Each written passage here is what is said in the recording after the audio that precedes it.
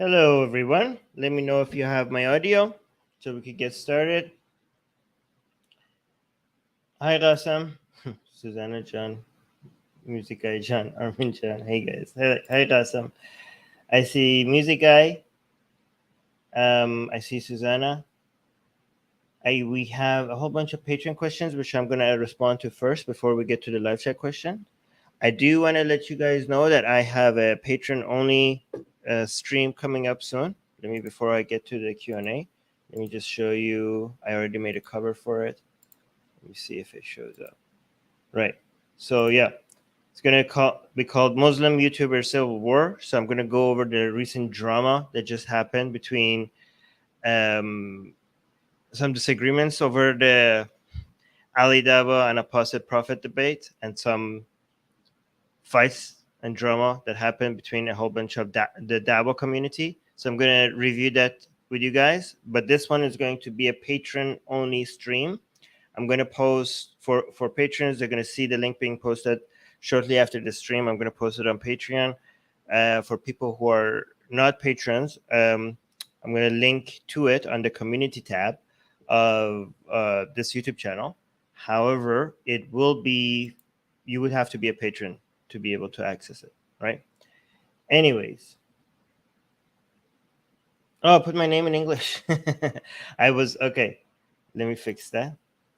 Because thank you, Susanna. Because I was just last night I was doing a Persian stream, so I always switch my name to Persian for that.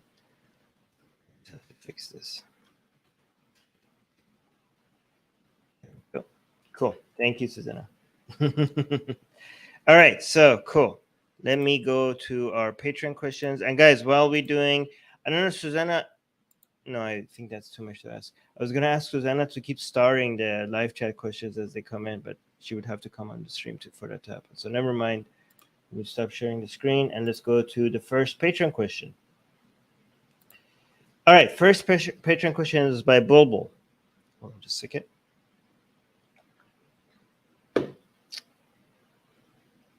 Let me do this. Okay. Bulbul is saying, why is the ExMuslim subreddit so hateful? I, a Hindu, have to fight with so many there to convince them that not all Muslims are terrible people and that Hindutva and white nationalism is bad. How can we help the situation? I was hoping for some examples of what they said by Bulbul because I'm not familiar with the arguments that people have and what kind of discussions people have on the ExMuslim subreddit. So I did respond to this comment on Patreon to Bulbul saying, can you give me some examples? I don't think she saw it. So I would be able to comment on it if I had like more specifics because I don't know what they said. And I don't, yeah. So, I mean, is it really that like that? I was expecting a lot more from the ex-Muslim subreddit.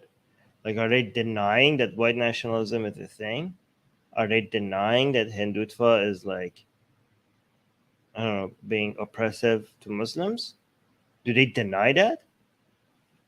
I was hoping like my experience with most ex-Muslims so far has been like, yeah, we be anti-Islam but not anti-Muslim. I mean, there has been some exceptions, which is we call it out when we see it. But most of the time, like I've seen ex-Muslim call out like the CCP's treatment of Muslims. You're saying in the ex-Muslim subreddit it's not like that? I would have expected a subreddit to be.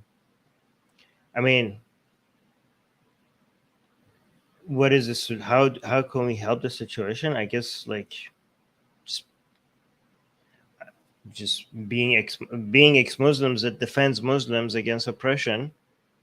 It's the only way I know how to do it. Like constantly showing that, hey, like we're gonna be very, very, very aggressively anti-Islam, and at the same time being very, very, very aggressively pro-Muslims civil rights, pro protecting Muslims against harm and discrimination, and showing people how these two positions are not a contradiction at all.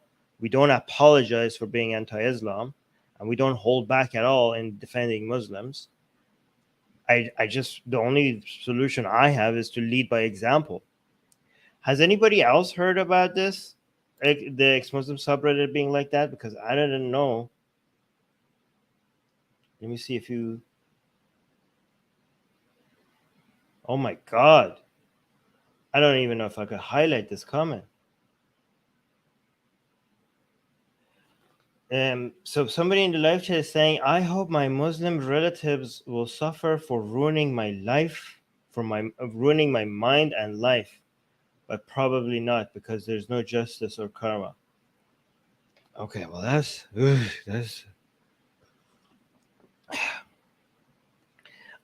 okay. So here's the thing. I understand that a lot of ex-Muslims have had very traumatic experiences with Islam. And I understand how that experience would lead them to have hatred towards groups of people. But just because I understand it, it doesn't mean it's justified. You know what I mean? Understanding how leads to A to B doesn't mean that you are justifying A leading to B, or you're excusing it. Okay, just because something is expected to happen to some extent for some people, that doesn't mean it's okay. Okay, let me see what else.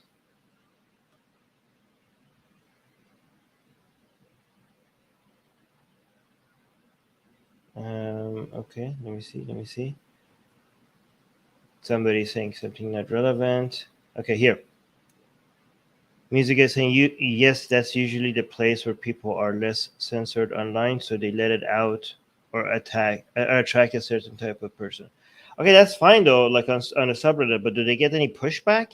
Like, are there also other ex-Muslims that were like, chill? Again, I am sympathetic to atheists or ex-Muslims who have gone through that. And sometimes I think like they have to go through that. Yeah, exactly what Dee is calling the angry atheist phase. I mean, it's okay to be angry, but directing that anger towards an entire group of people, I don't think we need, like, you need to grow out of that phase. We need to show people how to grow out of that phase, even though we don't really, especially if you're younger, right? Like, we have a lot of teenage atheists, and then that just feel like their lives have been ruined, and then it's harder to hold them responsible for having a collectivist mindset rather than individually judging people, because I mean they just started, right? So I think we should give them a chance to grow out of that.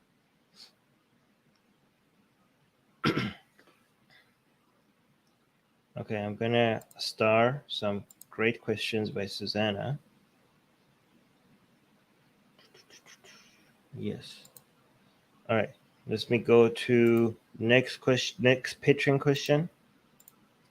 All right, next patron question. This is by Rob. Rob is asking, when discussing the problems with Islamic scripture, how do you respond to people who say that it's just a matter of how you interpret it? Then it's useless, right? If there's so the worst you could say about Quran or Hadith, Islamic scripture in general, is that it means exactly what it says it means, right? Like, it's basically what it sounds like it's saying. It's actually saying those things. Okay? And if that's the case, then it's horrific. Okay? That's the worst.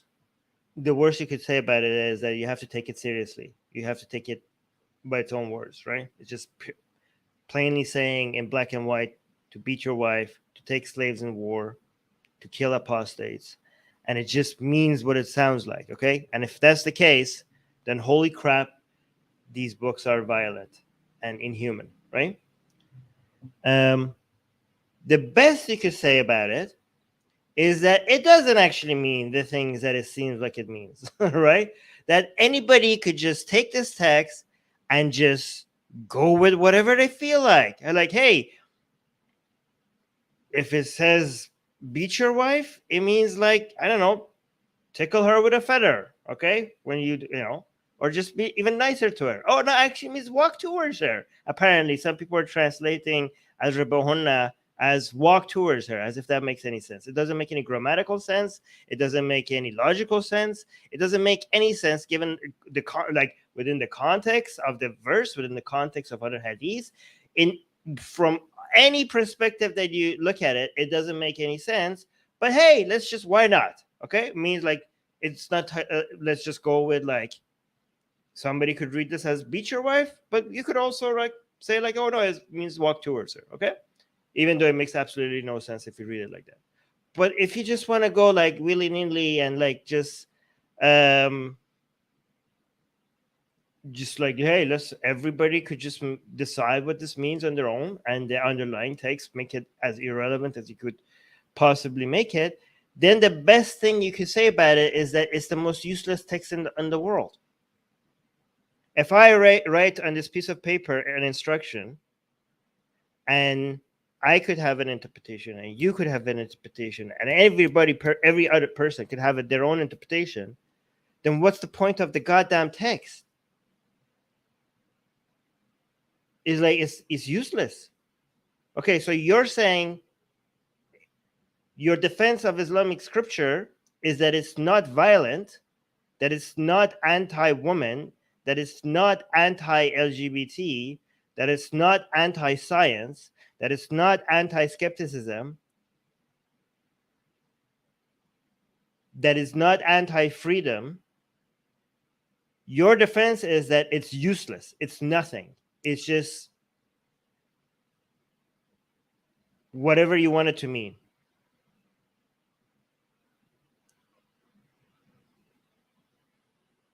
It's a matter of interpretation. Okay, and also, if it's a matter of interpretation, then doesn't that make it still extremely dangerous? So you're saying, if you're saying it's a matter of interpretation, then you're saying like ISIS's interpretation is as valid as someone else's interpretation that says like, oh yeah, Islam is pro-woman, pro-LGBT, pro-peace. Okay, so if it's just a matter of interpretation, then the ISIS interpretation is also correct, as valid.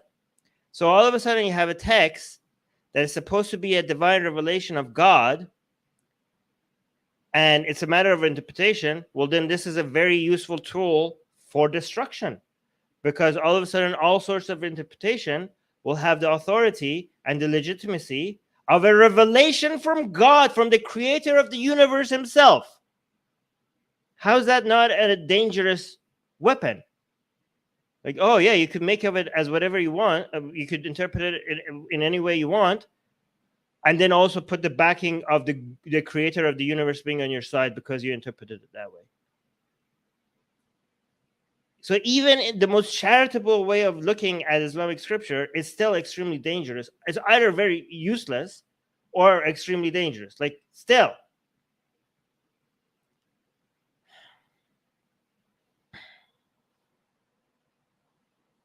Susanna saying Armin's takedown of scripture still brings a smile to my face.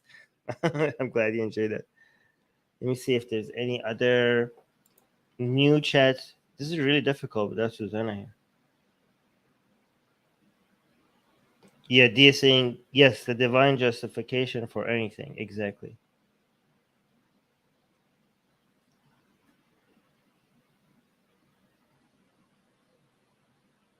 Yeah, so Qasim saying you could interpret Zarabo, which is hit. You could interpret that as maybe French kissing them. Sure, why not?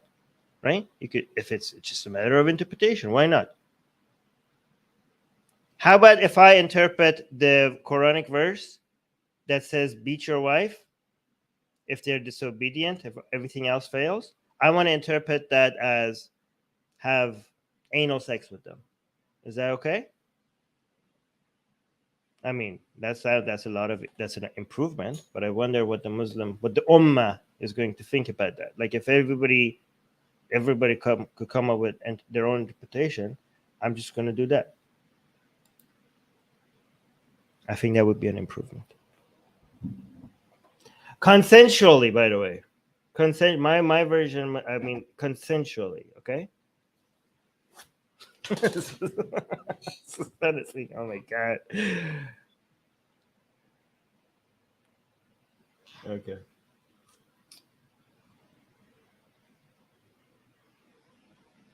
Oh, Dia is saying for F's sakes, you are not an Arabic scholar. Well, this question is saying it's just a matter of interpretation. So it's anyone's interpretation. Was the Quran a revelation to mankind, or was the Quran a revelation to scholars? Did God send a revelation? Wasn't the point of sending a revelation to somebody that couldn't even read or write to show that this is a book for everybody, even the unlearned? Like, if this is a book that only the scholars can interpret, what kind of a revelation is that? This is like, is God like promoting elitism? If you want to send a book for mankind, make it something that is accessible to everybody. It says it in the book that it's a clear book for everybody. So if a lot of some Muslims claim like, hey, you're not a scholar, like, what a useless the creator of the universe could not send out a communication tool, like use a communication mechanism that is accessible to all. We need like scholars to be able to come tell us what this means. Anyways, let's go to the next point. Next question by patron question by Secular Sakai. I'm gonna decide to read that like that. Sakai sounds cool. Okay, so next question: if Islamic theocracies eventually fade away, do you believe that religious governments will become a thing of the past for humanity, or that another major religion will try to replace Islam politically?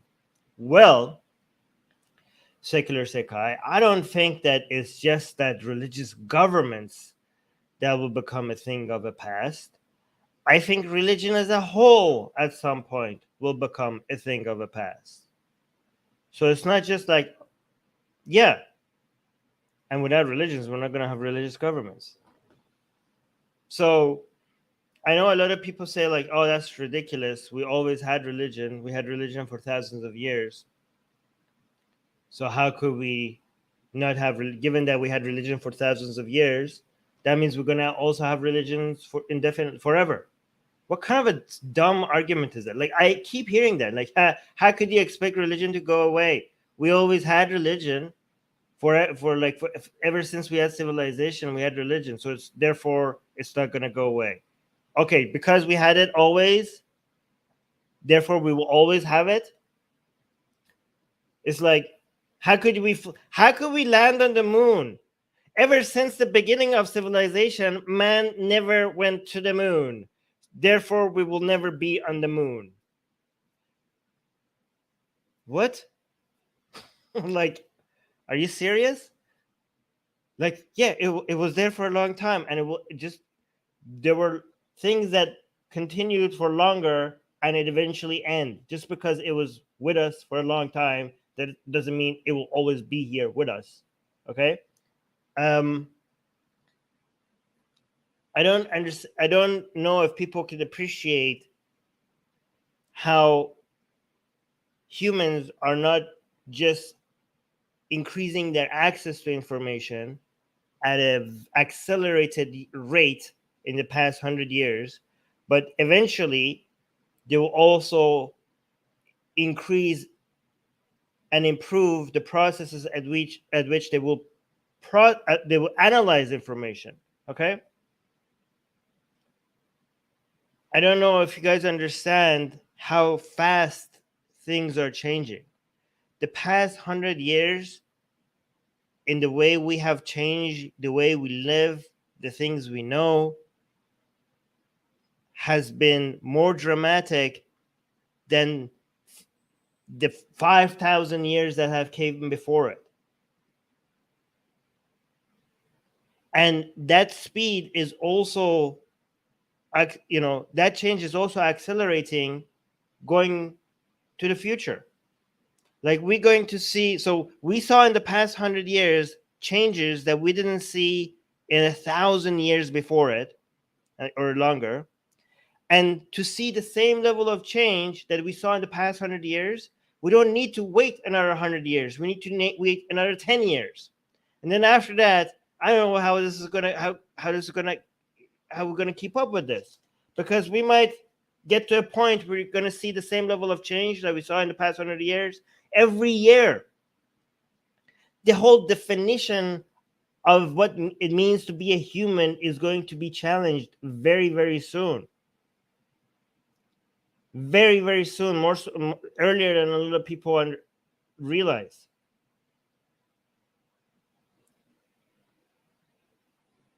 Religion will have no chance to survive in such with that level of progress. In fact, humanity will have no chance to survive, because humanity is going to evolve into something unrecognizable at some point. So maybe actually it's true that people say that humanity will never be without religion, but we will be without religion. The world will be without religion, because for us to mature out of religion, we also have to mature out of humanity. We need to be something greater than human, which we will be. We need to be human plus.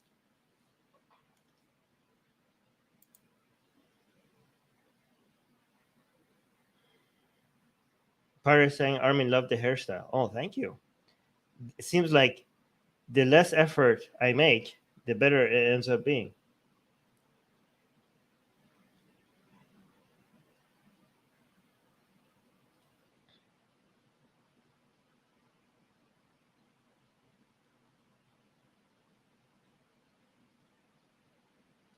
And I'm trying to see if there's like so that it's like sounds insidious. Transhumanism. Yes, well, I mean, it sounds like, I'm pretty sure a lot of the progress that we have made so far would sound like very bizarre or not very welcomed to people 100 years ago. Yeah, D is saying the past 50 years even. Practically nothing is the same as when I was a kid. Yeah. It's going to also be hard to adjust, by the way. Our minds have not, like at some point, you're not going to recognize the world. You know how like this generation, like the previous generation is having a hard time for, like we have had this before, right? Because of modernity, you know, we didn't have these problems for like thousands of years because we didn't have this level of change. But we are so used to now seeing like our grandparents not being able to relate or understand a lot of the, I don't know, cultural changes or memes or things. And they were also dealing with the same thing with their parents, right? But this cross-generational divide in culture and values and understanding that we are used to now because of like, I don't know, 2 or 3 generations of people experiencing that.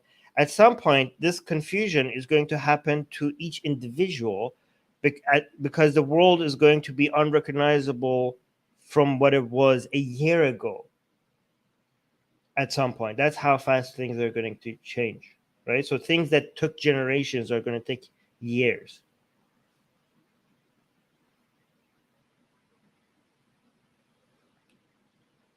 Okay. Qasim is trying to push me to move towards this next question. Hey, like, I will spend longer on sticking with the question that I'm on. If you guys like want to rush me over, okay? These are Patreon questions. I'm gonna take my time. Okay. What is this name? Hilde. Hilde is asking, do you think a lot of these new cults like QAnon, Queen of Canada, what the hell is that? MAGA, Truck Convoy, is Truck Convoy a cult? I thought it was just a political movement. Truck Convoy, etc., will become full-on religions. I feel like we're playing whack-a-mole. I don't think you have to measure how religiosity is growing based on the number of cults, right? I think I think you have to measure it based on how many people are being religious, or how seriously people are taking their religion. I don't think the number of cults is a good way of measuring it. Studies seem to be showing that at least in in most countries religiosity is declining. So I would be okay with having, like, if we have just one major religion and 90% of people believe in it, that is less ideal than having, I don't know, 200,000 cults, but only 50% of the people believe in those cults. I think that would be more ideal, right? I just want less people to believe in delusional. I mean, actually, that would be even more ideal, not just because there are less number of people believing in it, but it's also just like each individual one of them looks, because people believe in the think like if something is popular, it must be true. But each one of these cults is going to look more wacky and insane because of it being a cult rather than a full-on religion. So they're going to have less marketing power compared to a big religion, right? I just think, like, even if one of these, like, yeah, some of them will grow, some of them might end up being full-on religions, like it has happened, right? We have seen it happen within our lifetime. So it might happen, but the overall trends is like in our favor. The overall trends is that less people are taking religion seriously. That's what the data shows. That's what the statistics show, right? And it's very interesting because even the data that is trying to show, it shows that, I don't know, the percentage of Muslims is going to increase in the world.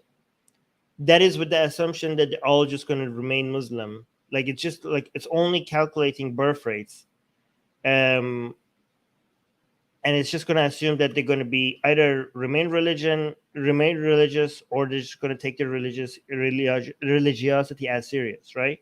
I just think, like, they're not.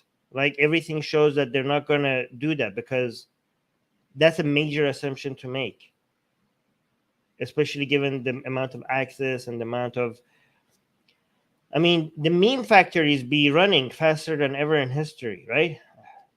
And the shelf life of each meme is like has been shortened, right? They just come and go, and it's just like the internet has made the the process of meme production a lot cheaper.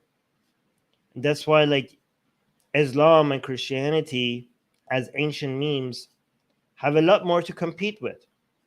Whether it's good memes or bad memes, the fact that we managed to survive for this long is because the the barriers to entry in meme wars was a lot higher, and because of the internet, those barriers have been dramatically reduced. So just because of the barriers to entry to the meme wars have been reduced, that means that we're also going to get a whole bunch of crap weirdo memes as well, right? It's not all going to be good competing. Like, it's not all going to be based on values that's going to make the world a better place, right? It's also going to be like this crap, like QAnon. I don't know what that Queen of Canada thing is, but MAGA, right? But so we're going to have higher mutations, right, in the evolution of memes. So we're going to get a whole bunch of cancerous stuff like this. But because the process is faster, the ones that will survive eventually, hopefully the more useful ones, we're going to see that process happen faster as well. And we're going to see the process of replacing cults of religion with hopefully more useful ideas happen a lot faster. A lot faster. And the internet has removed the barriers to entry, uh, but I think the barriers will be reduced even further for reasons that I'm not going to mention here today, because you guys are going to be like, oh, here he goes again.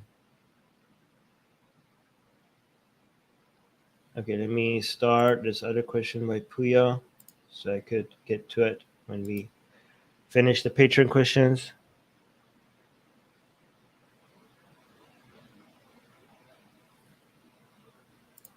Okay. All right. So next Patreon question by Music Guy. Music Guy is saying, "What are your thoughts on Ibrahim Raisi visiting Qatar?" So I don't know if you guys know.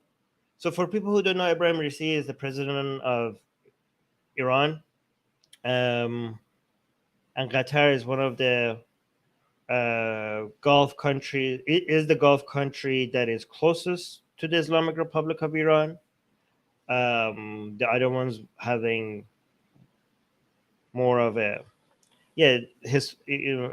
especially in recent couple of years, the UAE and Bahrain and Saudi Arabia have not been very friendly, to say the least, to Iran. I know like UAE is trying to change that a little bit, but still, it's not that friendly.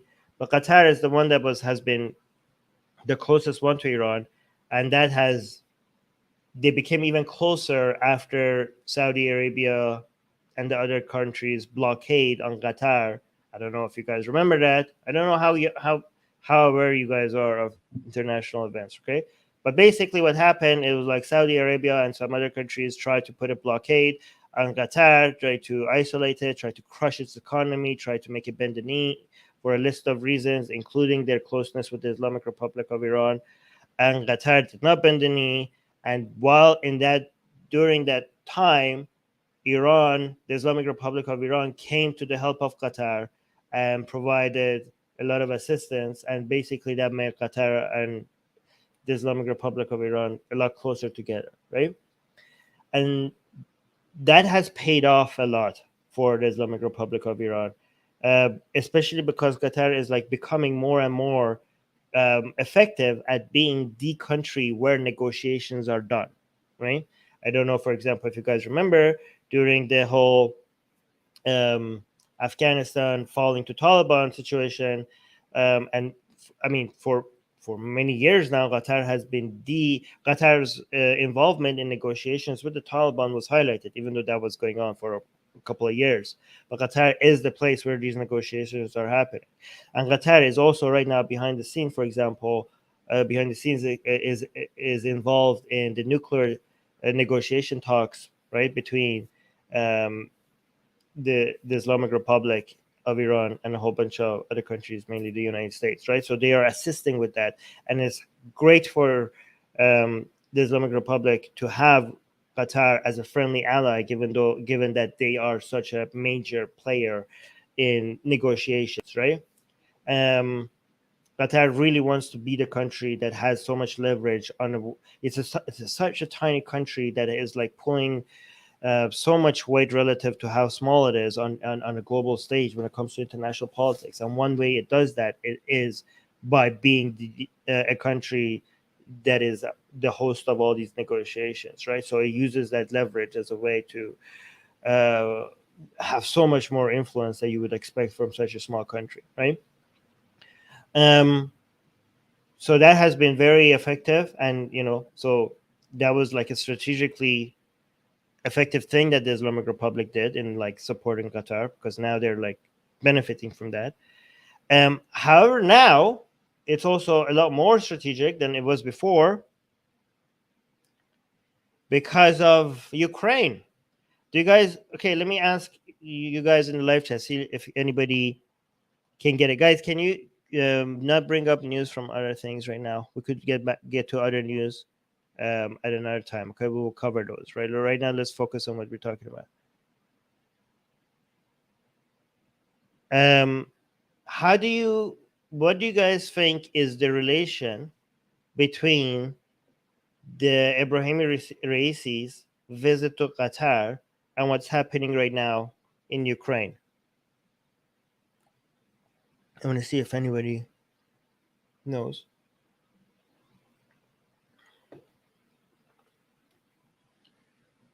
All right, so I'm just gonna no, nobody. Maybe it's just okay.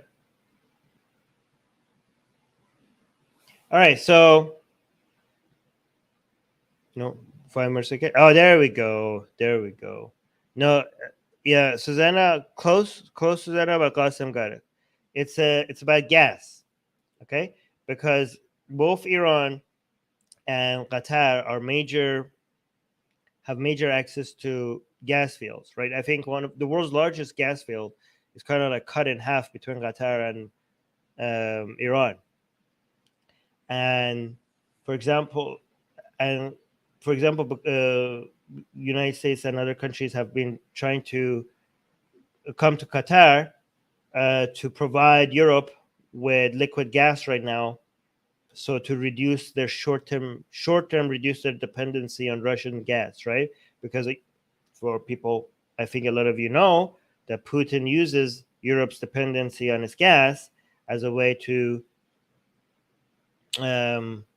use it as a leverage against Europe to be able to do what it wants, right? Because one reason why Europe initially wasn't going as aggressively against Putin was because they are dependent on Russia for their gas.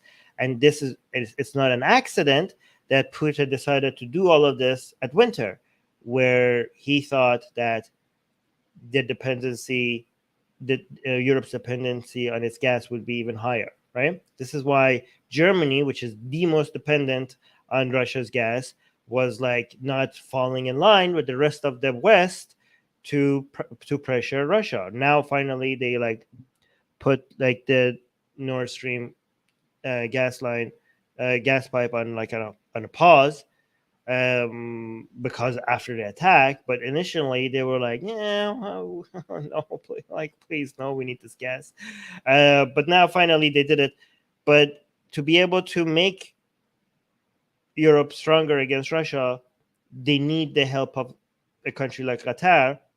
And right now they probably are thinking that it would have been nice, it would have been better if we also had access to Iran's gas. And obviously they don't, because Iran is under sanctions, right?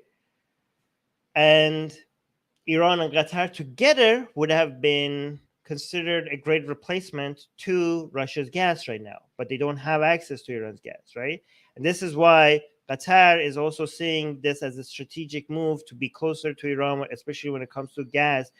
If the nuclear negotiations follow through and the sanctions fall and Iran's oil and gas market opens to the world, it makes sense for Qatar and Iran to be friendly rather than competing with each other, to be able to be more strategic in how they make the world bend to their will, because of the fact that they need to. This is going to be a major advantage to Iran. Imagine how much Iran's would have been benefited right now from this pressure on Russia if it didn't have the sanctions on. This would have been a really great opportunity for them to come and be like, oh, I hear you guys need gas, right? So, but they can't take advantage of that because of the sanctions. And by the way, this might have an impact on the nuclear talks. I mean, it might have. It definitely has an impact on the nuclear talks right now in Vienna, because the pressure on opening Iran's gas market to the world is now a lot more, right? By the way, apparently this winter was not as big of a deal, like it was a mild winter in Europe. So that didn't work in favor of Putin. But still, Putin assumed that the stars have aligned perfectly for him to do this attack, because it was winter, because of the need for gas, because of the Afghanistan situation, where it seemed like the United States seemed like very weak, because of some disagreements between the French and the Americans, and like relying on trying to dismiss NATO and maybe Europe going its own way. All of that seemed like the West was divided. It seemed like the United States was weak. It seemed like Europe was dependent on gas, and also because Russia thought that this is the only chance that they're gonna get, right? Because they thought that if keep going the way they are going, they're gonna lose Ukraine for good. So Putin was like, it's now or never, right? But it didn't work out the way Putin thought it would. Like, yeah, Ukraine will likely eventually fall, but there is like it united the West. It made NATO a lot more relevant. It made the best thing that might come out of this is the pressure to move away from fossil fuels, right? Like the before this, a lot of people were hesitant over how fast we need to move towards green energy. It was like ridiculed, especially because of Europe's, like people, like for example, the energy shortages in Europe was largely blamed on moving too aggressively towards green energy without realizing that it's not going to be able to replace fossil fuels that fast, especially at the time where Germany was like basically destroying its own nuclear plants, right? Moving away from nuclear energy. People were like, okay, you're destroying nuclear energy. You want to move away from your. People thought like it's pathetic. It's like an unrealizable dream for us to be able to move this quickly to, I don't know, solar and wind. Like, are you guys kidding? Right? So it was laughed at, right? But now with the amount of pressure that they're experiencing from Russia over like its using gas as a political tool, the push for moving towards green energy has become very, very popular, right? So maybe we should be tanking. I mean, we shouldn't be tanking. I'm joking, but like, I was gonna joke about maybe we should be thanking Putin to, like, hey, you made green energy a lot more popular. Maybe like, maybe this is gonna be good for the planet at some point, right? We'll see. Yeah, but also like, as one thing that frustrates me is how all the violations of the values that we care about by Western countries like United States or France and Germany, like their support for Saudi Arabia's war in Yemen, or I don't know, freezing of Afghanistan's funds right now. Like there are a whole bunch of things in the history of the way that since World War II, like they haven't been the greatest champions of Enlightenment values, right? Like they're the best we got, but they haven't been the best, and that's why these values have, like, if you saw how the world was when they came out of the Cold War, it seems like these values were at their height of their popularity, but because of how bad United States has been in defending human rights and all the examples that people always have about their own hypocrisy, the popularity of these values have fallen. But I feel like a tyrant coming along and showing what the alternative to these values are, is the best marketing for them. So we're now back at the world going to being on the side of democracy, freedom, human rights, not because, in a different way, in a more organic way, because I think like after World War II and after the Cold War, people saw, United States and Western Europe uh, governments as cheerleaders for these ideas, and they were celebrating them over, I don't know, Nazi Germany or the Soviet Union. But now I think people are defending these values, in spite of the Western powers. Like they're not like, it's the people against the Putin. It's not like it's not like, oh yeah, go Biden against Putin. You know what I mean? It's not like, oh yeah, it's not like that. It's like the people themselves are like, fuck you, Putin. Like it's not like West versus Russia. Okay, it's people, including Russians, against tyranny. Anyways, I think I went off track a lot. Let me actually highlight some new questions that have come. Wait, no, star them.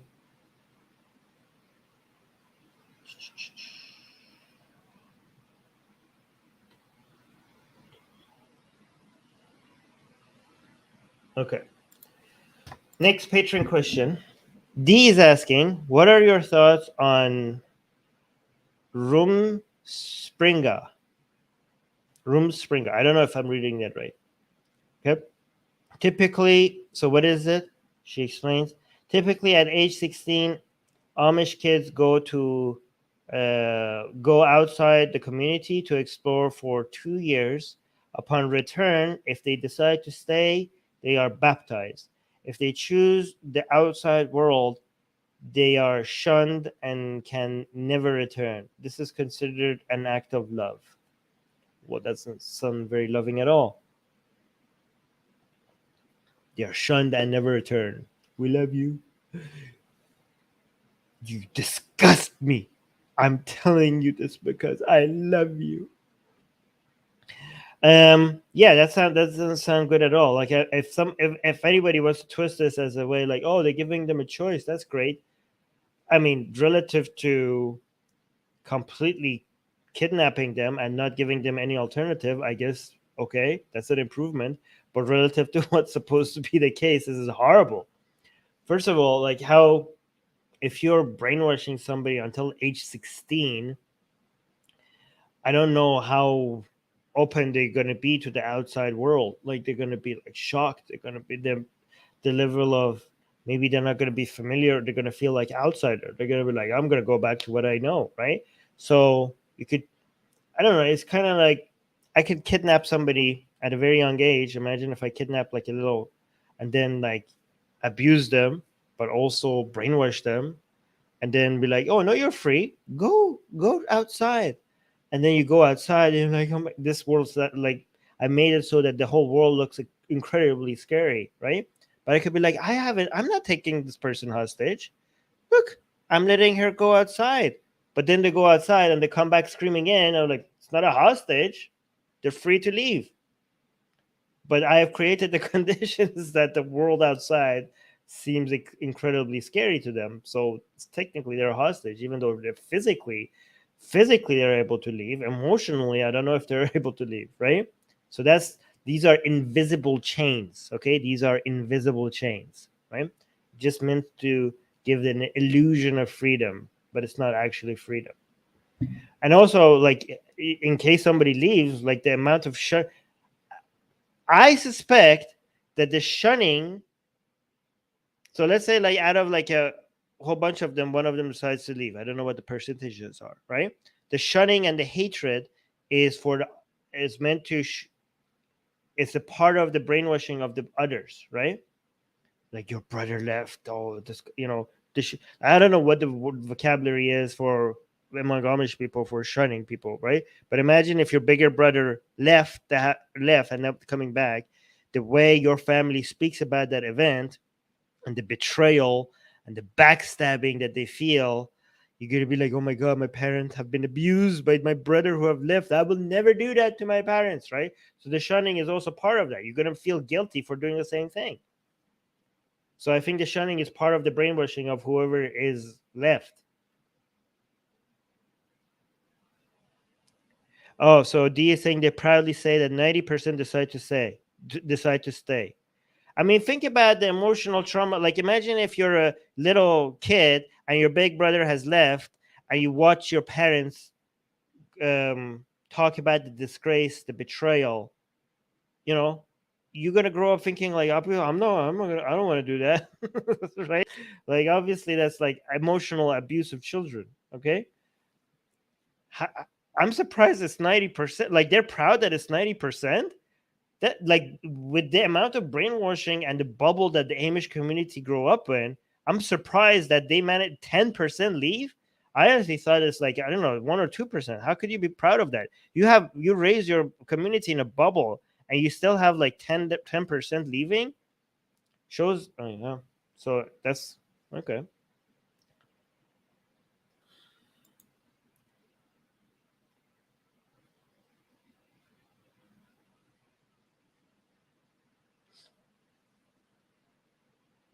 Yes, sure. Okay. Let's go. Okay, so that was the last Patreon question. Let's now go to the live chat questions. So first live chat question is by Susanna. Susanna saying, what do you think of the comparisons between the international reactions to invasion of Ukraine versus Saudi intervention in Yemen? Okay, so obviously I don't like it. Okay, obviously, if the world was just in any way, the Saudi intervention of Yemen would have gotten a lot more attention. Okay, this is not to say that the intervention in Ukraine does not deserve the attention that it's getting. But obviously, the cost to human life has been a lot higher in the Saudi intervention in Yemen.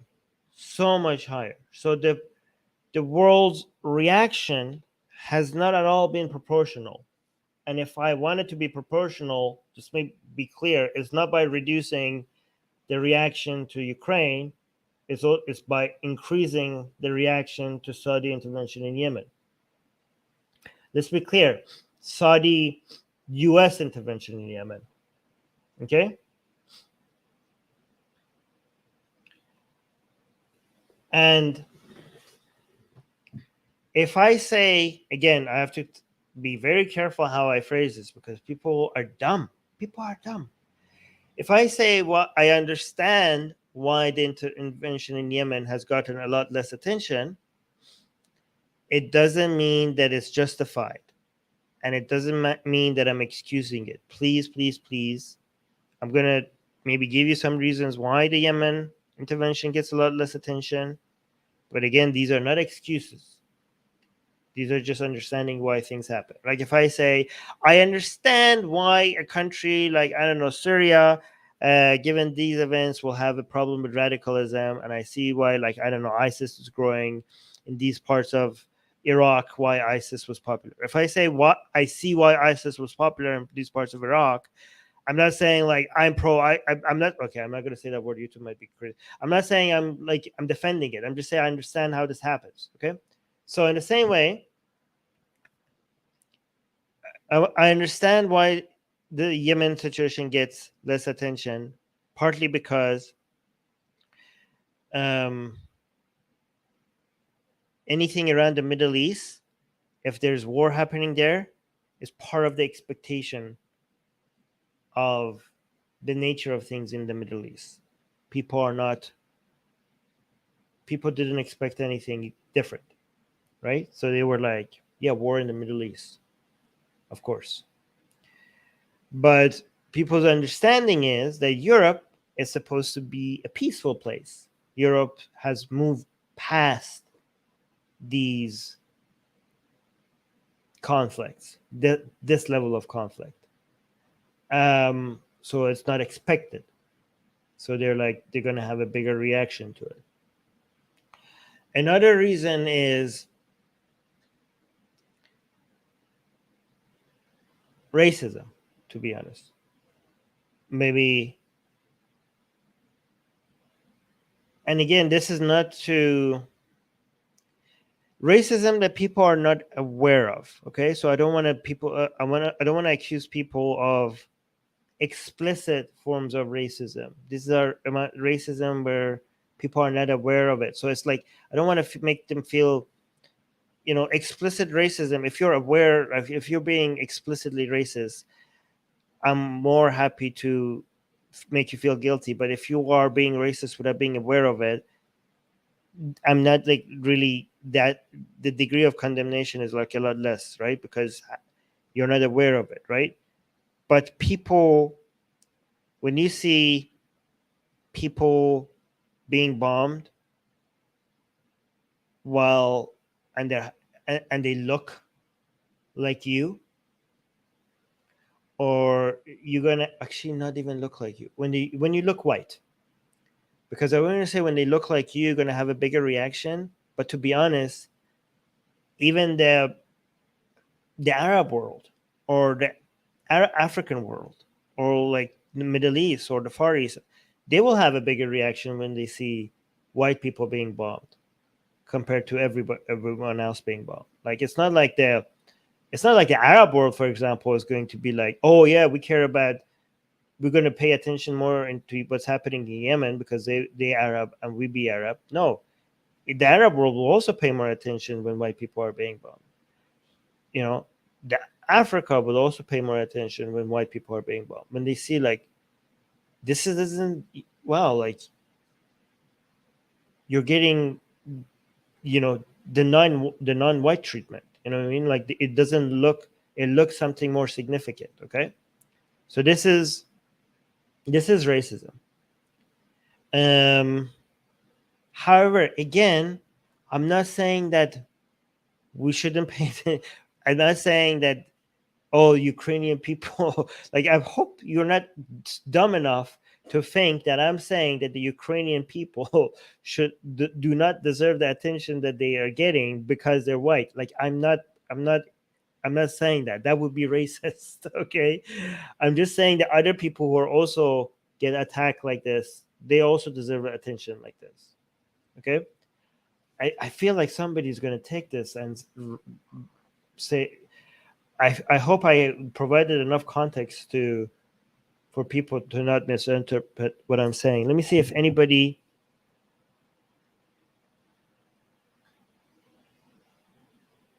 is misunderstanding what I'm saying.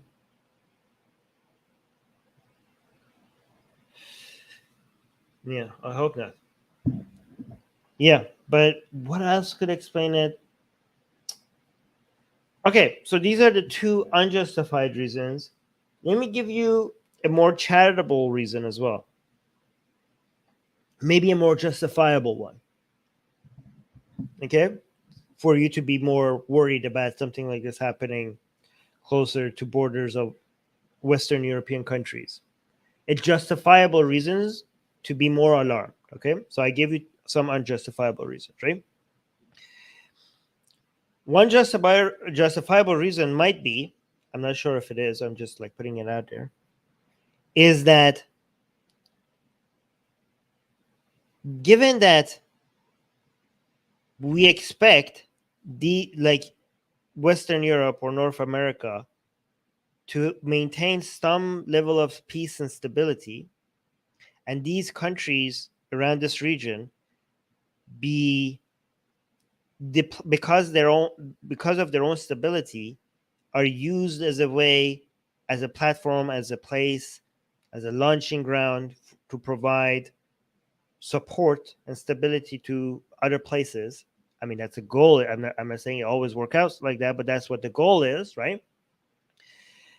So this is like our base. These countries are our base. Other places where there are more instability, we're trying to, like, this is where we are.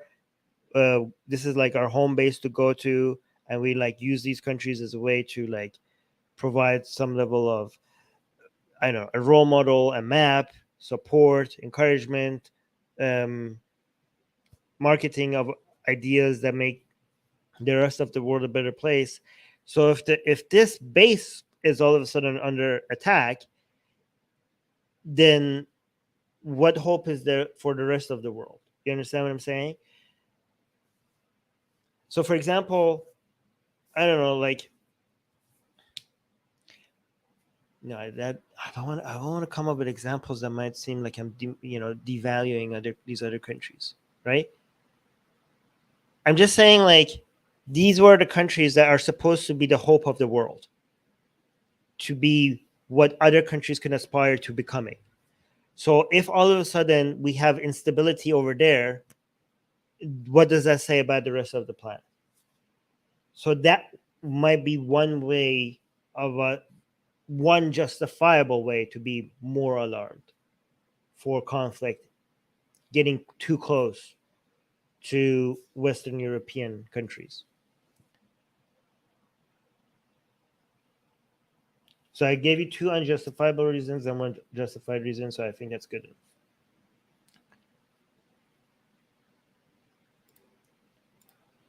All right, next question by Susanna. I don't know what this is. I don't know what I'm reading. Okay, Susanna is asking, what is this? F1 Grand Prix in Russia immediately canceled. Put the same event will continue in case they. I don't know what this is. Okay, Susanna, what is this? Anybody know what Susanna is talking about? Yeah, I'm going to go to the next question until I get some explanation. Let's go to Puya's question. Puya is saying, what do you think is going to happen to Russia once this whole Ukraine situation is over? Is Russia on its way to be shunned by the rest of the world like North Korea? I don't know what you mean by on its way. I think it's already happening. I mean, have you seen? I haven't seen the world disunited on anything for a while now. I think the last time I saw the world disunited on was 9/11 in their condemnation of the attacks in 9/11.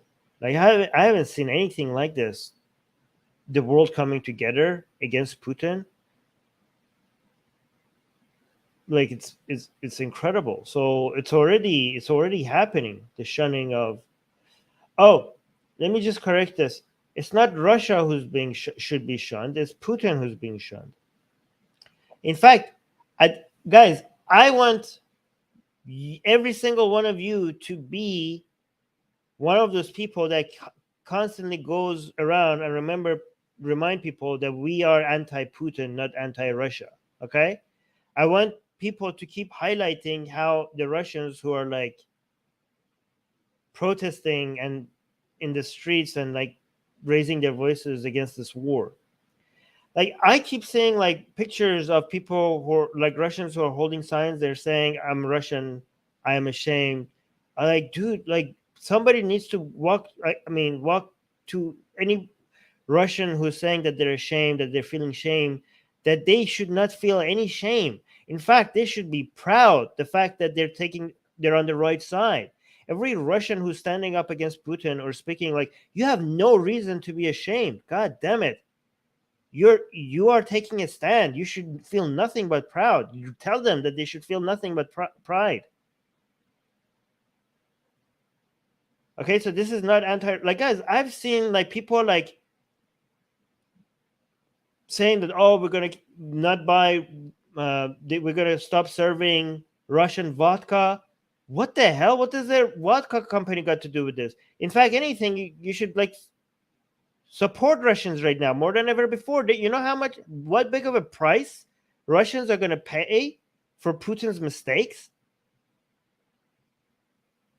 I mean, the sanctions are justified, but the sanctions are gonna hurt Russians. Unfortunately, this is the cost that we have to pay. So you have to sympathize with Russians that are going to go through a lot of hardship right now because of Putin. I saw people attacking, I don't know, was it a Russian restaurant? Like, this is pure racism. This is pure racism.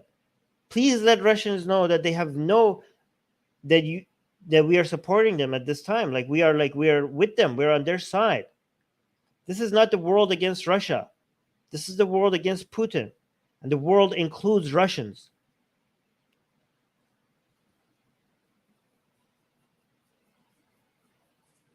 Let me tell you one thing. I don't know what's going to happen, but I can tell you what should happen. Okay.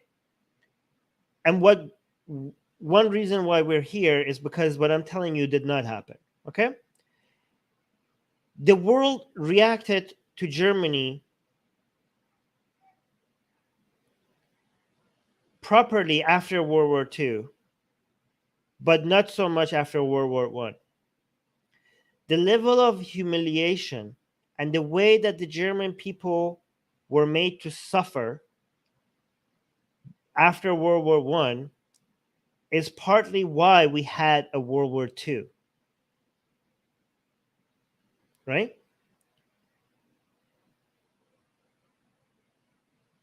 The radicalization that happened in Germany after World War One is the reason why Adolf became a thing.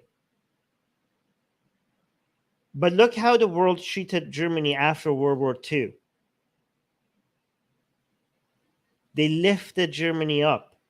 They made it, which resulted in Germany becoming the greatest economy in Europe. It turned it into a major ally. Look how the world lifted up Japan after World War II. It's now the world's third largest economy. Oh, thank you for the super chat. I will highlight it. I'll make sure I get to it. Thank you.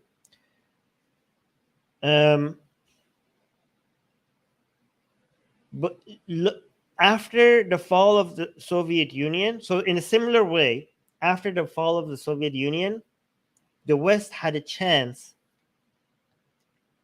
in lifting Russia up. And I think that not all was done, it was the way Russia was treated after the Cold War was with continuous suspicion. I think on purpose they weren't let in on the club. I think there were more efforts should have been made to make Russia feel like they're sitting at the big boys table alongside France, Germany, UK, United States.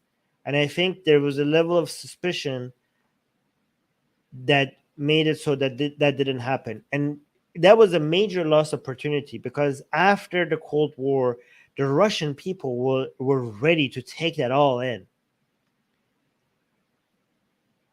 And the level of involvement that the West had in rebuilding Germany or Japan, that was not there in Russia. And that was a major failed opportunity. And Russia's economy didn't grow in the same way especially because of the level of corruption. Capitalism came, but it turned into crony capitalism because the investment in the structural changes from bottom up that was needed to make Russia be able to benefit from all that open market and everything else, and the new systems and new ideals and new infrastructure. That level of investment was not made into Russia. Russia felt like it was the West. So Russia kept on growing, feeling like it was the West versus Russia. So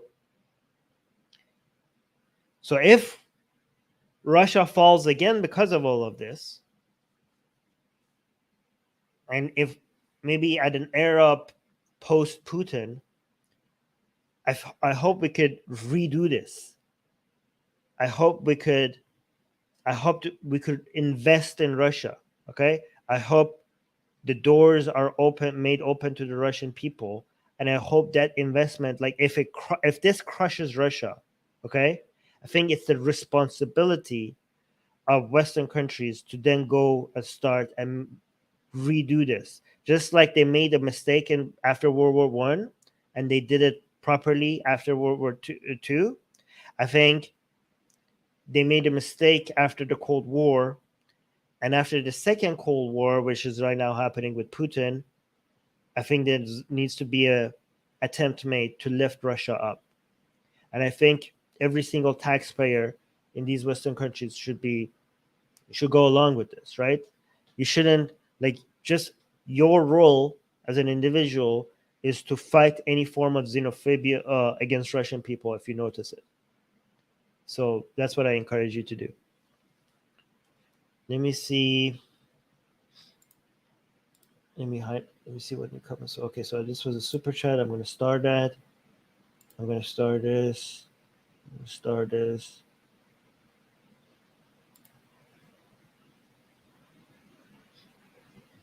Okay, so yeah, so someone's saying, I'm ashamed from having a guilt by association. Cringe, to be honest.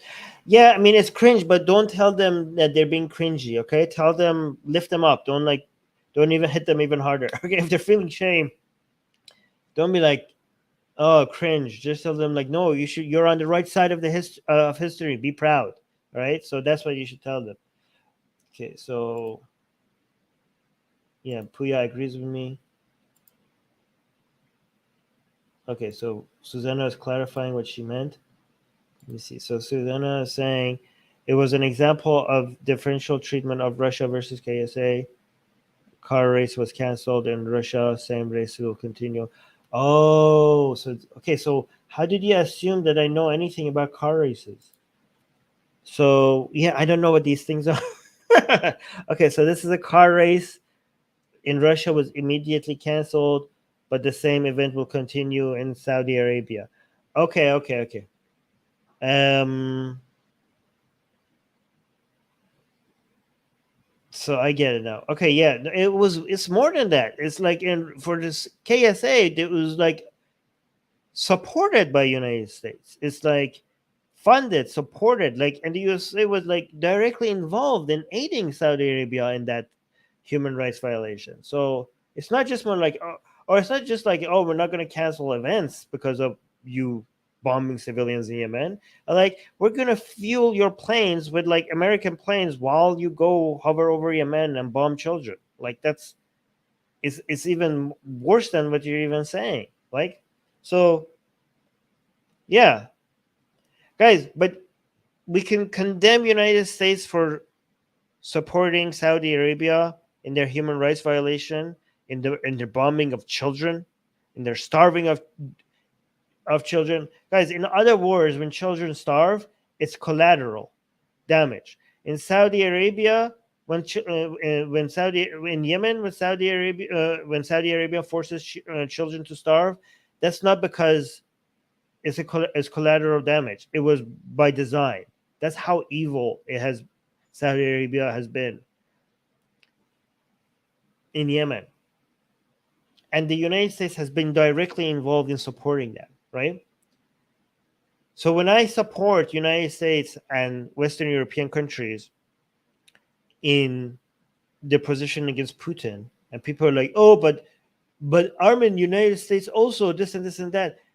Like, they're saying it as if we haven't taken a position. Like, these two are not mutually exclusive.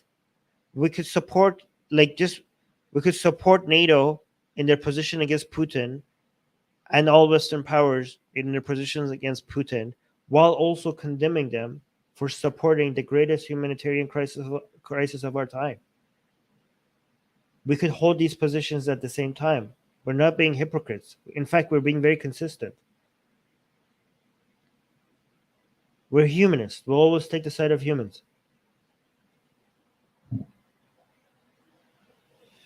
Wait, we got another super chat? Oh yeah, I need to highlight that. I'm gonna start that as well. Okay, we'll get to the super chats soon. Okay, thank you, Susanna, for mentioning that we got another super chat. Okay, wow, we're getting to so many questions. I need to spend less time on each question now.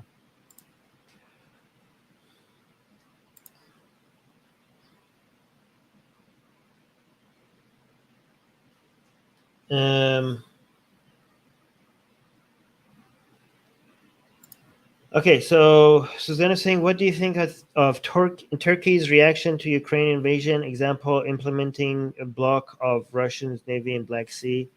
Yeah, I mean, the Black Sea that is crazy because Russia requires absolute dominance in the Black Sea. I don't know. It seems like it's amazing how so many people, so many countries that are competing, like used to be against each other, are now on the same side with this whole situation. I mean, I don't know if I should. I don't know. So I mean, I don't know. I like the fact that Turkey is doing this. Um, it's strange because Turkey and Russia have had like a difficult couple of years against each other, taking positions against each other. But recently they had managed to fix that. But right now, it seems like if you're not taking a stance against Putin, you got everybody's worried about being on the wrong side of this. So most countries are falling in line. I mean, it seems like the only countries that haven't done so is the UAE, India, and China, and the Islamic Republic of Iran. I can't think of, oh, and obviously Belarus. But when you see Turkey taking a right decision, you know that how most people, how united the world is becoming.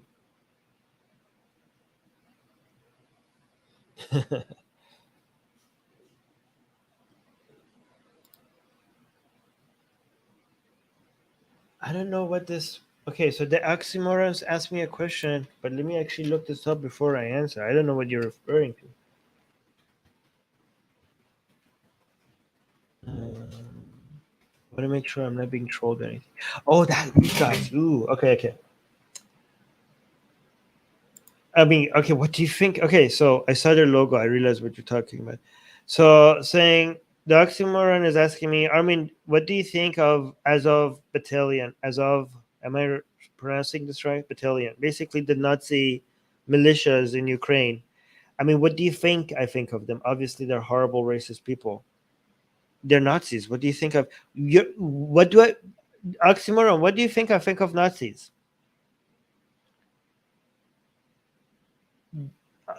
Like, is this like a question within a question? Like, are you trying to highlight the fact that the Ukrainians have Nazis on their side? Is that what you're trying to do? Because I don't know if you're aware of what's happening in that region. Given that, like, Russia has this whole bunch of Nazis as well. Like, there will be Nazis there. There will be Nazis with guns there. That's how that area is. Like, it would be, yeah. I mean, if people want to keep highlighting that to dismiss this, I don't know if that's what you're doing, oxymoron. Are people highlighting that to dismiss the struggle of the Ukrainian people and to act like they're on the wrong side? You know, people keep highlighting the fact that Ukraine has Nazis. Okay, Ukraine has Nazis. Okay, but it's not. We can tell that, and that's a problem that they have to deal with. Um, but it's not most Ukrainian people. And one example people keep giving to show that why this is not the case is the fact that the president of the country is Jewish. And the response to that has been like, oh, well, that's a stupid argument because it's kind of like saying there's no racism in United States because they voted for a black president. But people who say that are idiots because we didn't say that Ukraine doesn't have racism problem. Ukraine obviously has a racism problem. We're just saying that it just shows that the majority of people are not in line with that ideology. Okay? But if that's not enough, you could also see the elections. If you look at the number of seats that these Nazi group have won, it was just one seat. Very low percentage of people have voted for this entire political party. So the popularity of them is very low in Ukraine. That we're not saying that there's no racism in Ukraine. Obviously there is, right? So just like, so you're like, oh, you say there's no racism in the United States if they voted for a black president. No, that would be a bit like saying like most people in the United States are not racist. That would be an accurate thing to say. That is not saying that there's no racism in the United States. Just like we're not saying there's no racism in Ukraine. We're just saying that most Ukrainians don't think like that.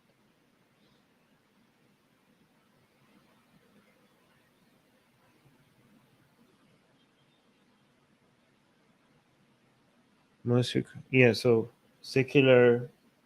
Hold on, we got a super chat, another super chat. If it's not, why is it not showing up? Oh, here. Thank you so much for the super chat, Secular Sakai, saying most Ukrainians. Okay, as of, I don't know how to read this. As Azovs do not. Okay, I think you're saying these Nazi groups are not most Ukrainians. No to propaganda. Yes, they're not. They're not. So that's what I said as well. Thanks for the super chat.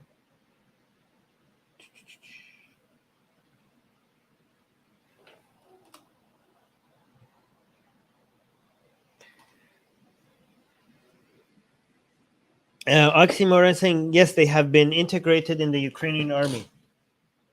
Right now, anybody that could carry anything that shoots is it being integrated. Like right now, when they're being attacked, they're just putting out, like, obviously, anybody who's resisting will be integrated into Ukrainian army. That's not the same. You're talking as if you're contradicting what I'm saying. Most Ukrainians don't think like that. Most Ukrainians are not Nazis. That what you're saying does not contradict what I said. Honestly, if you attack my house and you want to attack my family, if you're shooting at if there are people outside shooting at my house, if somebody shows up and be like, here, I will defend your family and your house, okay? I will shoot at these people who are shooting at your house. I'm not going to be like, wait, but aren't you a Nazi? I'm not going to be like, no, go away.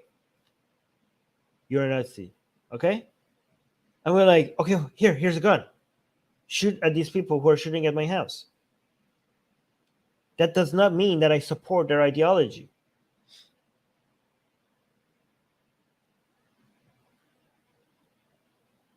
Oh yeah, Susanna is reminding people to please like this video because I'm using big words like Nazi, so this video is going to be suppressed in the algorithm game because of the words I'm choosing to use, because I can't be too careful anymore.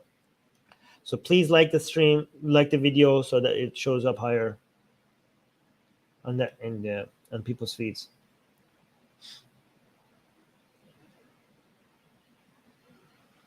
Am I missing anything? Guys, if I miss anything, it's because I'm doing this by myself.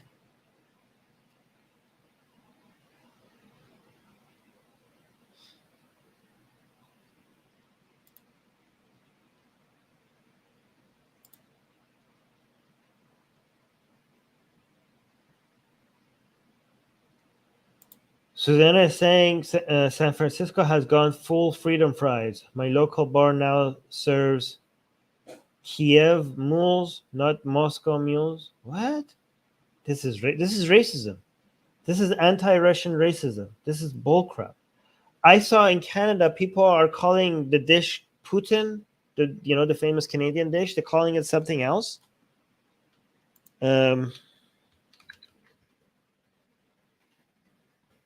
I don't even know how to spell that thing, even though I'm supposed to be Canadian. Because of, hold on.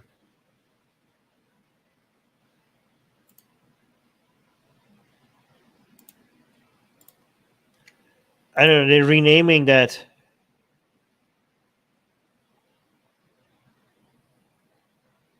To something else. I forgot. I can't find the news right now.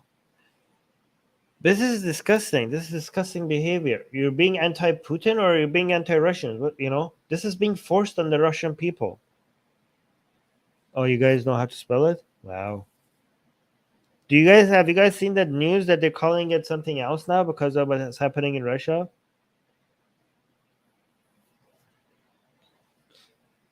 I was never a fan of Putin, the Canadian dish, by the way. I was never a fan of both Putins. Oh, Susanna likes Putin. Not the Putin in Moscow, the Putin in Canada. Putin, it's not Canada. Oh, Puya saying you don't like fatty foods, so it's understandable. Exactly. Puya, you know me so well. But yeah, this is disgusting behavior, guys. Do not any restaurant or company that does this, they need to be shamed. They need to be embarrassed. They need to be they need to be called out as racist. I saw some Republicans were suggesting that all Russian students need to be sent back home. You know, the actual strategy should be the other way around, right? Like if you want to one a very strategic move against Putin would to welcome, to be like, by the way, we're going to give student visas or work visas to all Russians who have these certain skills. That would be a brain drain. Okay, that would be like a very effective use of soft power. But these people's bigotry doesn't make them, like, even if you want to be strategic, your bigotry is like blind you. Yeah, I think one great reaction to Putin would be like, all Russians are welcome. All Russians with these skills are now welcome to United States universities and high skilled job market. Just come here. We'll just approve you.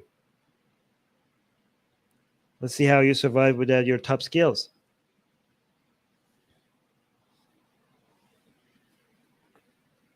So bigoted.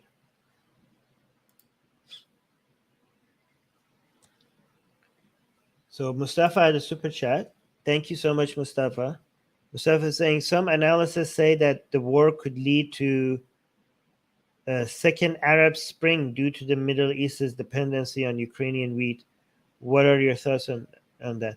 Yeah, I mean, I don't know, but I don't know if that's going to happen. But the dependency is much greater than I thought. I think, especially Mustafa, if I'm correct, Egypt and Lebanon. I don't remember the exact percentages, but when I read the percentages of the dependency on Ukraine, it was like, holy crap! Like how is Lebanon is going to eat now? Given, like, was it half? Was it half of their wheat comes from Ukraine? Like, I never knew that the Middle East food was so dependent on Ukraine. How did we not hear about this before?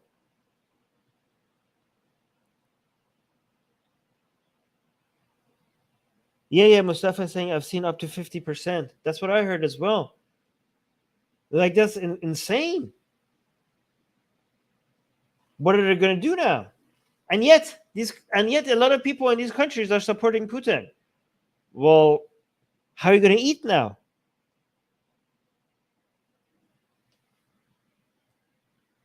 I don't know if it's going to lead to an Arab Spring, though. Second Arab Spring.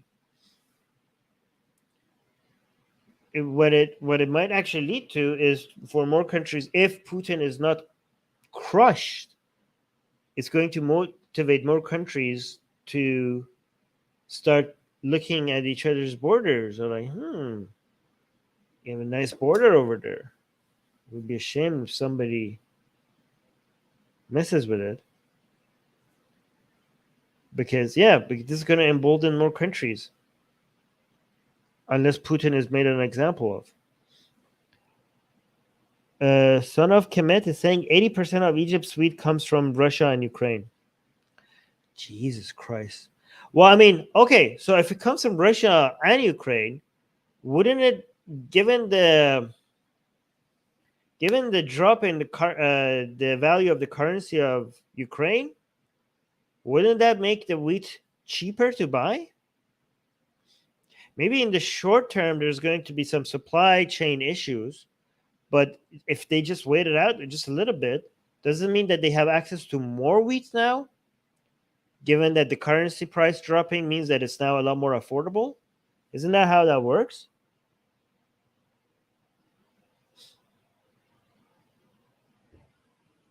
Yeah, I think they're going to be able to buy more of it soon.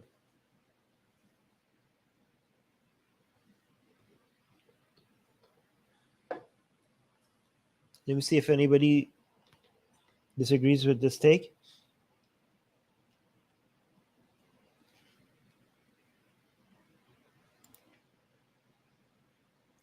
Yeah, if anything, people should be buying more Russian stuff very soon, because everything Russian is going to be on sale.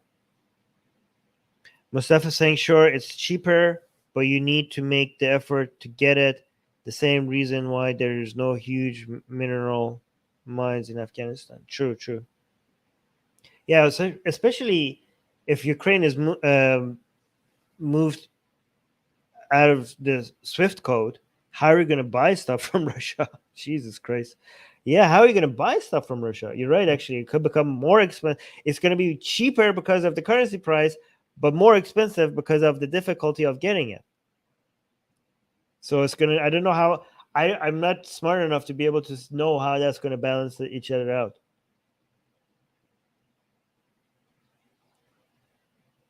Yeah, okay. So Soft on Kemet is saying, but isn't Russia cut off from their banking system now? Is it completely cut off?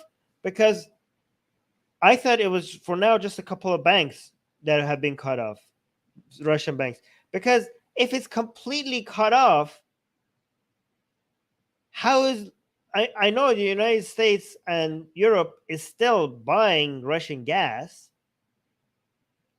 They're still, as we're speaking, buying Russian gas. They can't be completely cut off from the banking system because how are they buying that if they're completely cut off?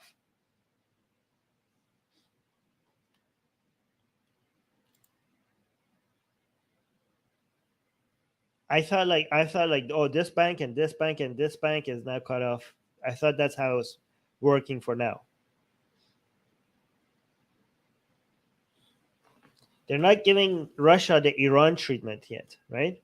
Iran is completely cut off from the SWIFT and everything. But Russia, I think, is selected banks for now. Maybe I'm wrong. Somebody correct me if in the live chat.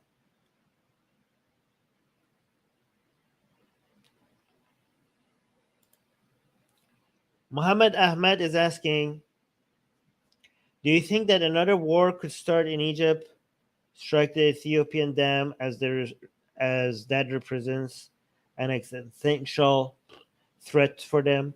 That would be escalating things to a level that I don't think the world is willing to tolerate right now. That would be like that wouldn't that be yeah, that would be a violation of international laws of Egypt. I don't think Egypt has the appetite to be isolated from the world. I mean, Ethiopia is not a country that the world is just willing to let Egypt just bomb its dam, right? I know Ethiopia has taken a lot of measures around these dams. They have a lot of you know, ground-to-air missiles, defensive missiles around these dams, given how easily they could be destroyed and how devastating that would be to Ethiopia. I mean, based on their international laws, Ethiopia, I think, is within its right to build those dams. So I don't. That would be like I don't think Egypt is not like Russia.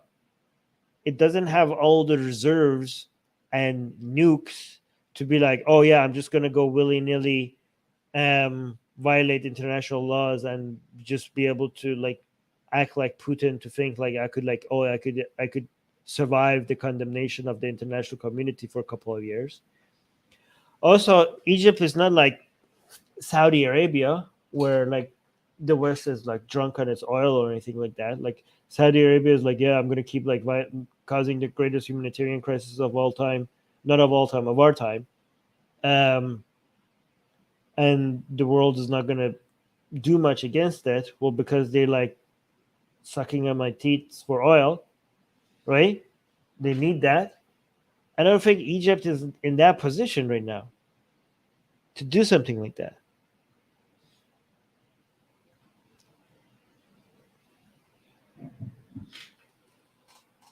Maybe he could just threaten, right? Like he'd be like, I'm gonna do it, I'm gonna do it, fly some planes around it, and then Ethiopia would be like, okay, okay, okay. Like maybe like just bust, just just taking some aggressive stance. Maybe you could like shoot some missiles like close to the dam or something like that. Make the world come in like, okay, okay, we're gonna push you both to start talking to each other. Maybe you could like act like it's about to do that, so that there's more pressure on Ethiopia to be like let in more water. But I don't know if they will go far as just like attacking it. Like I don't know. I mean, after what Putin did, I don't know if we can guess these things anymore. Okay, like logically, Putin shouldn't have done what he just did. Like this should have not been something that a rational actor does, right? So I don't think we can make predictions on who's going to do what. It's harder to make predictions when it comes to non-democratic countries because it depends on the opinion and like on the conspiracy theories or on the mood of fewer number of people. It's not going to be based on systems that are that act predictably, right? More predictably, not predictably. I mean, Russia is like being completely is dancing to the tune of one man, right? Putin, right? So it's harder to predict what a crazy person like Putin is going to do tomorrow than, I don't know, like the system that, I don't know, the European Union or like Germany, like even United States is like less predictable than things in Europe, right? Because the presidency is just because could go really wacko, like with Trump at some point.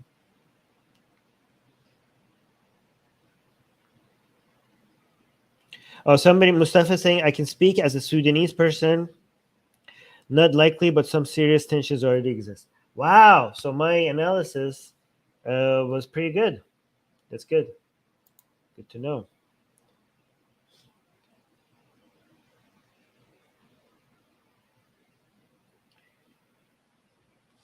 All right. Next question.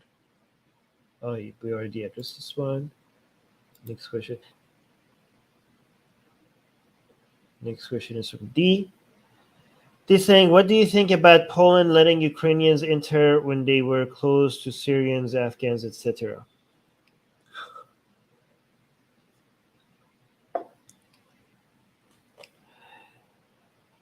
right, let me give you a charitable take. No, a not very charitable take, and then a charitable take, okay? The non-charitable take is obviously racism. Okay, so obviously, right? And we have seen, to be fair, a lot of racism from Polish border guards and stuff like that. Extreme levels of racism. Okay, so explicit forms of racism. So that would be justifiable for that to be one part of the equation. Okay. A more charitable take, and which one of these takes are true? I think both. Like I think it's a mix of both. Okay. Is that it's very unlikely for Ukrainians refugees to be terrorists. This is not racism. This is just statistics, and it's not because of their race. It's because of what the Syrians and Afghans have been exposed to. Okay, it's because of environmental conditions and the places, the situations that they come from, like, you know, that is more likely, right? It's hard to imagine Ukrainians going to Poland and are doing something similar to jihad to in Europe. Okay, that is not likely. Okay, so you could say, like, if they were being more picky about, okay, who are these people, what are their ties to, like people coming from Syria, I mean, how could we know which one is an ISIS member and which one is not an ISIS member? That is a legitimate concern. If people are coming from Afghanistan, are like, are these like ISIS Khorasan? Is this Taliban? Like, I don't know. We don't have an access to the record like of these people. How could we analyze? How could we vet these people? We don't know. Okay, so you might. That's a legitimate concern. Okay, so both the legitimate concern and racism, I think, plays a role. They're not mutually exclusive. Okay. And a third element might be how popular it is right now worldwide to defend Ukrainians, right? Like as a politician, you look at the people who are supposed to be voting for you, and you look at what they want, and you have to feed them what they want. You have to give in to what they want. You have to give in to popular demand. Right now, internationally, it's very popular to do things for Ukrainian people. So obviously, politicians are going to take advantage of that opportunity to buy some political capital for themselves. And I'm not saying that's a bad thing. That's a good thing. This is how people, how voters are supposed to make politicians do the things that they want, like by signaling what they desire. And politicians are supposed to do what we want because that's their job. Okay, so that third element, I'm not saying that as if that's a bad thing. Okay, so those are what the reasons I think are. Let me know if you agree.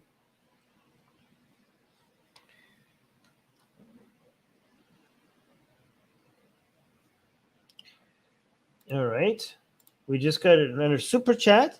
I think those are 15 shekels. So being funded, is that a shekel, right?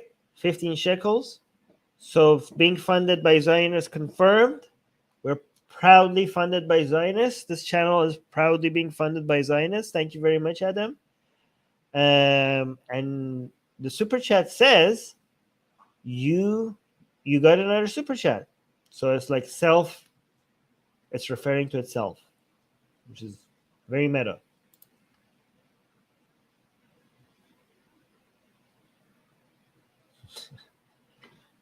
So D is confirmed. Thank you, Adam. That's very kind. And D is saying, yeah, Poland has been so crazy right wing. This can earn them points. I really hope there are many silver linings to what's happening in Ukraine. I hope that one of them is Poland being so dependent on the whole European model, on the whole EU and NATO system, both of them, so that their values, like, because Poland is on this constantly plays between this, like, needing EU, being dependent on the EU and NATO so much, while trying to sometimes act like show the middle finger to EU because of the LGBT and humanist and secular and free speech values that the rest of Europe has. Poland is like trying to like move away from that, and the Polish citizens thankfully come out and like, no, we are very pro EU. Please don't move away from that. This is like not good for Poland. I mean, Poland has benefited from being part of the EU more than most EU countries, right? So it's very hypocritical of them when the rest of the EU is like, hey, if you want to be part of this club, these are our values. And when Poland acts like, okay, well, no, thank you, like that's very hypocritical. You're in no position, Poland, to be able to say no to the rest of EU. The EU has been very, very kind to you, okay?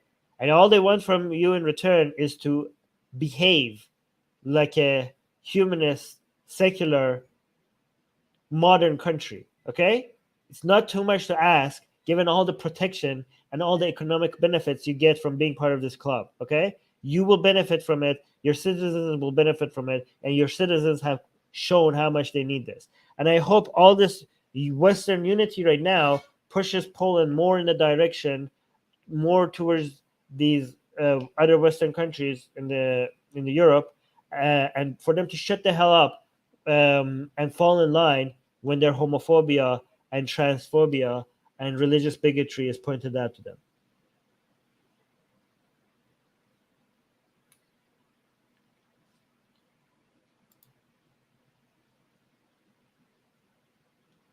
Okay, this is going to be the last question. Susanna is saying, can we talk about the colossal sea change in Germany and Switzerland? Yeah, Switzerland. Holy crap. By the way, Susanna, you were correct. Sweden was also has a history of not taking sides. Okay? So the fact that Sweden and Switzerland are now being united with the rest of the world and taking an aggressive stance against Russia, it's unimaginable. Switzerland has a very clean record of not taking any sides, of being neutral at all times. Look what Putin has done. Putin has managed to make Switzerland not be neutral anymore. The amount of unity is unbelievable. Germany has been so dedicated in being a non-aggressive country when it comes to its military, when it comes to being only defensive, but now they are over one night, a multi-decade history, a precedent that they have, the commitment they have had ever since World War II to not change this position, to only be defensive with their military. Overnight, they just undid all of that. They're like, we cannot be defensive anymore. Democracy is worth going to fight for. They have increased their military budget. The thing that Trump was acting like he could push Germany to do, to bring their military budget to the 2%, that what is required for them to be a member of NATO, and they were always below it. Trump was trying to push these NATO countries to get to that level. What Trump could never do, Putin managed to do. They came out and said, not only we're going to go to 2%, we're going to go above it. They're committing another $100 billion. Am I correct? $100 billion? $100 billion? Was that the number?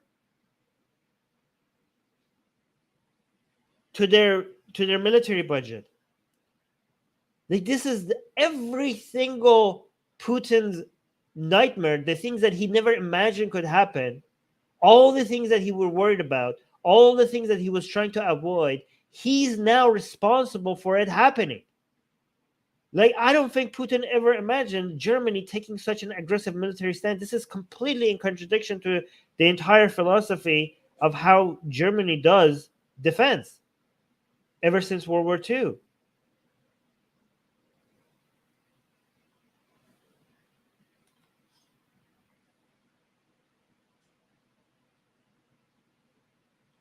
Secular Sekai say, you've messed up when even Switzerland gives up its neutrality. Yes. Guys, I don't know if people know how unprecedented all of this is. This is like a major change in history of Europe. And they're happening overnight. Like, the nature of Switzerland's philosophy and Germany, like the largest economy in Europe, all of a sudden decided to contribute a huge part of its economy to making sure that democracy is defended all over Europe. These are massive changes. Like, we have to go all the way back to World War II to see massive changes like this happening in the way these countries think about their role. I can't imagine Putin being happy about this. This is like, if Putin was having nightmares about what Europe could become, I think his nightmares would not have been as bad as this. And it's amazing that he made this happen.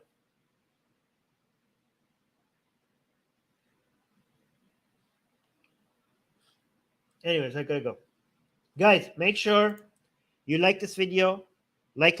Everybody, do not leave without liking. Share this video. Tell people to subscribe to this channel. Tell them that there's no better takes than Secular Jihadist takes. Okay? If they want to see the correct interpretation of everything that is happening around the world, this is the only channel. This is the only channel that will give them that. Okay? Everything we say here is completely correct. It's the best analysis. It's the most nuanced, the most, I was going to say unbiased, but that's not true. Anyways. Like this video before you go and recommend this. And also leave a comment after the stream is over. I see some questions, but I gotta go. I'm just gonna read this. It's not a question, so I'm just gonna read it. Mr. Jalal saying Jimmy Dore and his journalist friend Aaron Mate are blaming U.S. for Ukraine invasion. I think it's confirmed now they both are Russian studios. I mean, yeah, those are some really horrible takes. Anyway, guys, like this video, share this video, leave a comment, hit the notification, do all the things that you're supposed to do to make this channel grow. Everything, because we need your help. Okay, everything. You see everything under here, everything. Just spend some 5 minutes just looking at everything you could do to signal to YouTube that this video is worth watching. Okay. Anyways, thank you guys, and thank you for the support. Oh, and link to our Patreon in the description. Remember, we have a Patreon only show coming very soon that is about drama in the Muslim YouTube community. And so become a patron to be able to see that stream. I'm going to post a link to that on Patreon shortly after the stream. Okay. So become a patron. Thank you for your support. Do not become a patron if you're suffering financially, struggling financially. Do not support us financially. But if you're not, consider supporting us and becoming a patron. Bye.